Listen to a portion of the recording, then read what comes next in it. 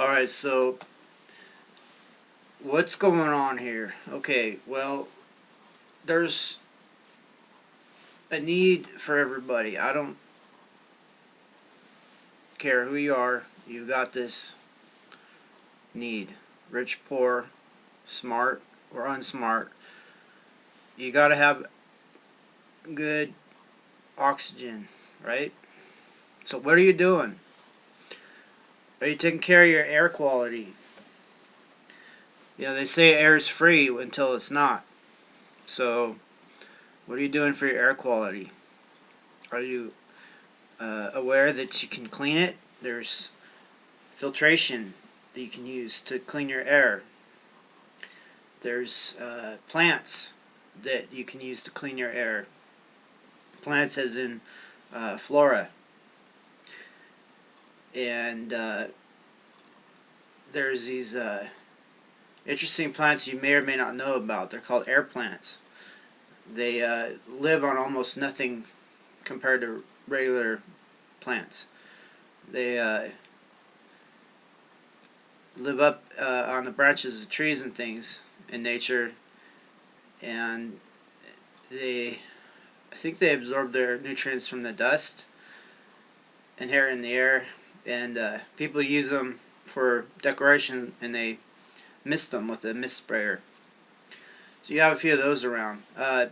Your bathroom, you see a lot of ferns in your bathroom because of the humidity. Consider putting a fern in your bathroom. But if your bathroom gets close to freezing like mine, that's because it's cold. Maybe a fern won't do so well. But you can have air filtration. So take care of your air because you need it to be alive. Okay, that's everybody. You need that. So think about it. What else? Water. You need water. Are you drinking clean water? Right? Is it without contaminants, without uh, uh, biological infiltration in it? Infiltration, not filtration, but biological colonies. Is it without viruses and spores and bacteria? Is under what I just mentioned, a different terminology, but the cleanest water easily obtained is distilled water. Um, there's debate whether it's healthy to drink because of the lack of minerals. Well, I just tell people, get yourself some Himalayan sea salt, which is chock full of minerals, and use that. I have a video on Himalayan sea salt and apple cider vinegar. It's a real popular video I made a few years ago. So make sure your air is clean and your water's clean. You can also buy distillers, just like you can buy air filters. Air filters consider the HEPA, HEPA. What that stands for, look it up because it escapes me right now. But you can breathe next to a HEPA filter, and your sensory systems in your air sucking mechanism will discover it's easier to breathe once the air has gone through a HEPA deal. It's amazing. So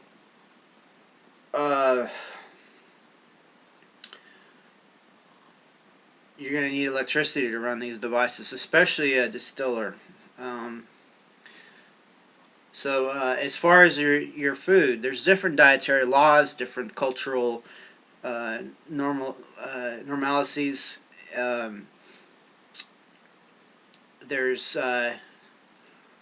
debate whether you would want modified foods or organic or unmessed with. What you see is a hierarchy of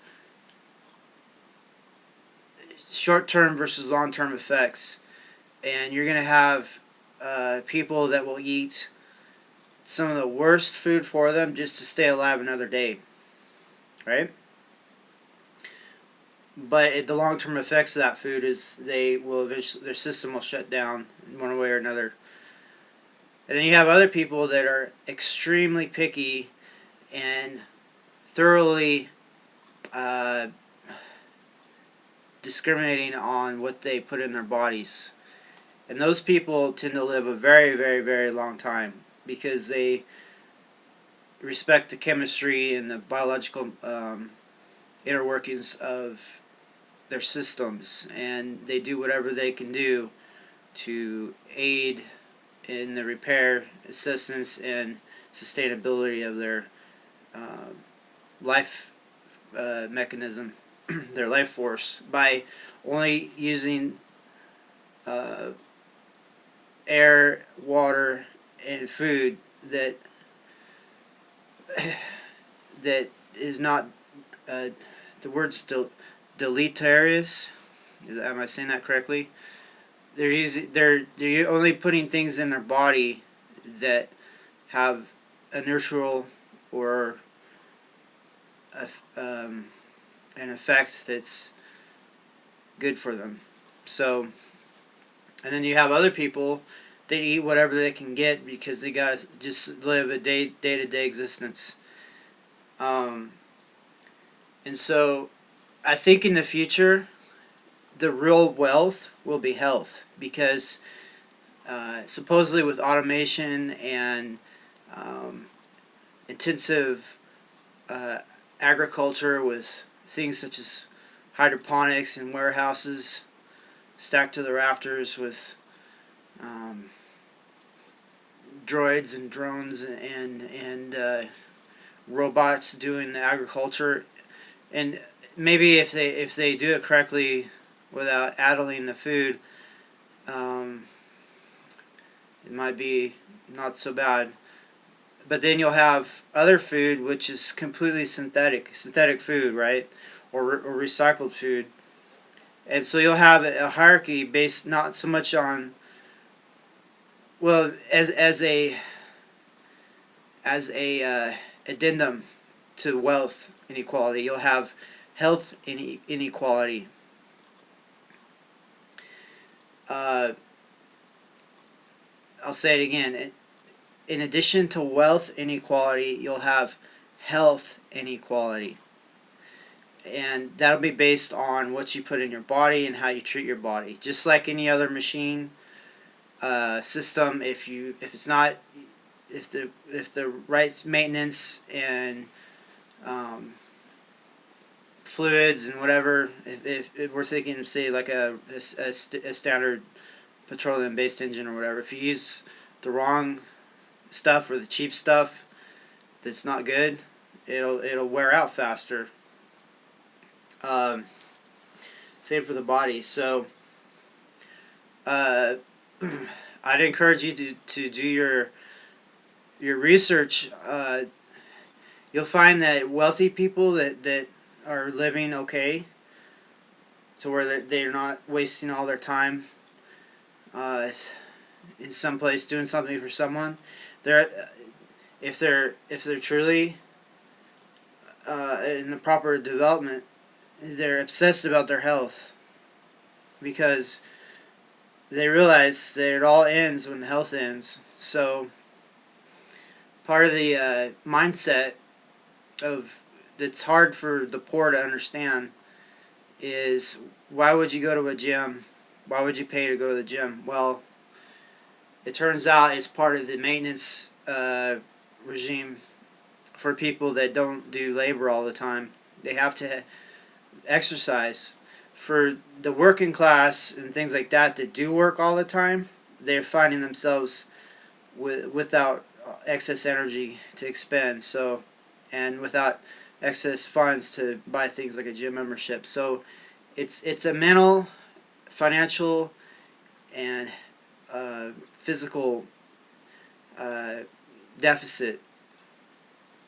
And so I guess in a nutshell, if you want to be somewhere or be in a situation you like, see who's in that situation, and Start doing monkey see, monkey do. Start copying what works, because you only have so much time. Don't reinvent the wheel. Leverage off of people that are where you want to be.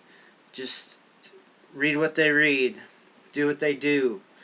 Eventually, it'll start having an effect.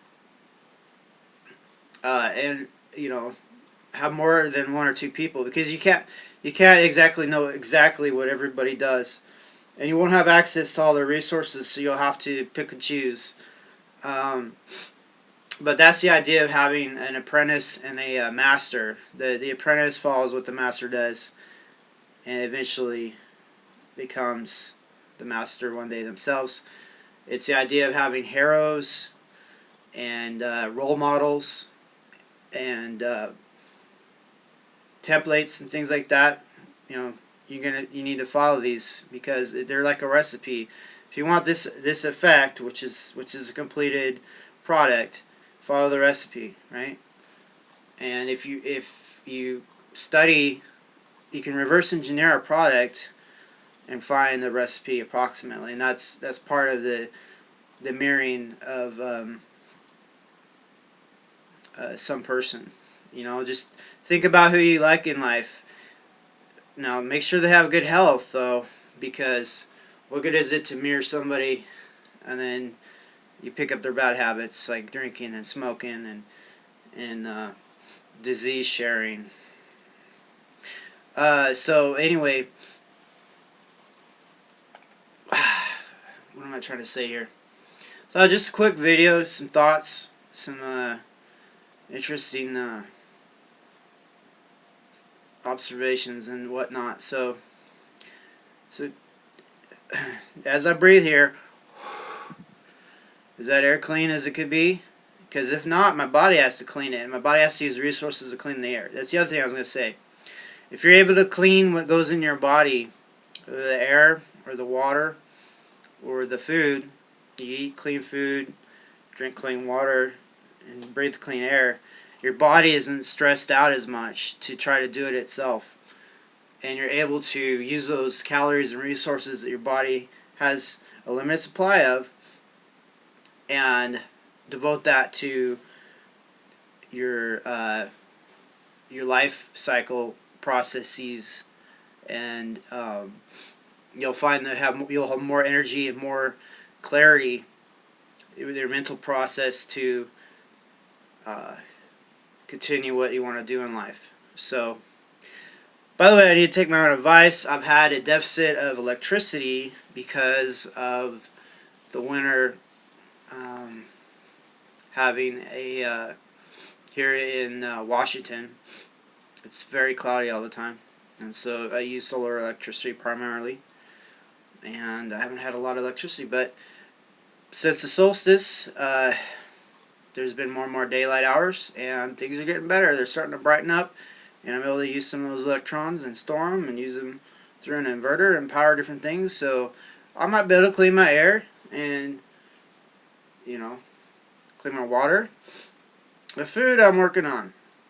I want to start doing some of my own food and stuff. Like I've read up and down the stacks trying to do it. I've got a lot of the equipment. It's just putting the puzzle together.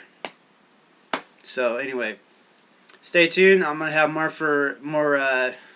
info. I'm gonna have more information and more analyses and more technical reviews and how-tos and all sorts of interesting catchwords and phrases coming up. So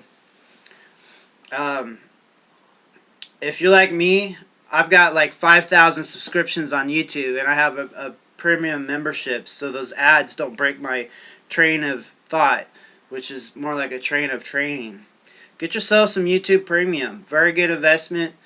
Then you can listen without being interrupted. There's some findings that when you're focused on something and learning, and then something comes and distracts you, whether it's an ad or whatever, it breaks that learning continuum. And just imagine you were cooking some eggs and you lost the heat. you can't cook the eggs. You gotta get the heat back, and then maybe something's interrupted. Maybe there's a style of cooking that does that, but having to do with resting the food for a while. I don't know, but don't break your attention span. Get yourself some YouTube Premium, and I've used it, and I can just. You can also listen to videos without watching them, so it's like a podcast. If you're at work or whatever, and you can't be watching something, societal norms, you can listen to it and absorb some of the knowledge. So even if you're working blue collar or whatever, try to get your education in one way or the other, because you only have limited time. You don't want to wake up one day with no knowledge, and you're old, and now you gotta play catch up. If you stay up, you don't gotta catch up. Okay, that's the end of this. Thanks for listening, and we'll talk later. And if you have comments, start commenting. I'm gonna start responding more. He says he will, but will he?